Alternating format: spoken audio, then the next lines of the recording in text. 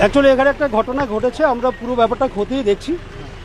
যে ইনসিডেন্ট হয়েছে আমরা আশা করছি, কথা দিচ্ছি যে এটা যাতে সাজা হয় সেটার দিকে আমরা নিয়ে যাব, এবং নেক্সট যা যা কাজ আছে আমরা আমাদের তরফ থেকে যতটা করার আমরা নিশ্চয়ই করব।